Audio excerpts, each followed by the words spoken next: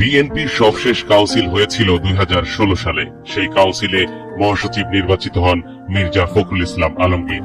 অবশ্য তিনি এর আগ থেকেই অর্থাৎ 2011 সাল থেকেই মহাসচিবের দায়িত্ব পালন করে আসছেন।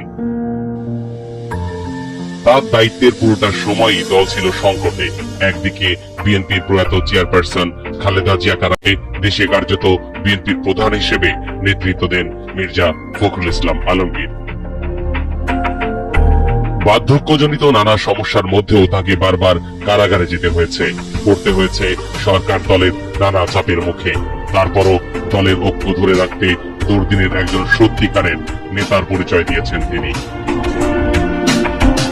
দলের চরম দুর্দিনে দলকে নেতৃত্ব দিয়েছেন প্রবীণ এই নেতা। প্রায় 2 দশক পর দল এবার ক্ষমতা এসেছে। মির্জা ফখরুল ইসলাম আলমগীর হয়েছেন স্থানীয় সরকার, পল্লী উন্নয়ন ও সমবায় মন্ত্রী। এর মধ্যে দলের কাউন্সিলের প্রস্তুতি শুরু হয়েছে। তাই এবার কাউন্সিল থেকেই অবসর চান এই নেতা।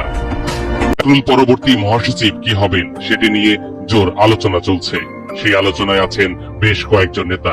এর মধ্যে সবচেয়ে বেশি আলোচিত নাম স্বরাষ্ট্রমন্ত্রী সালাউদ্দিন আহমেদ।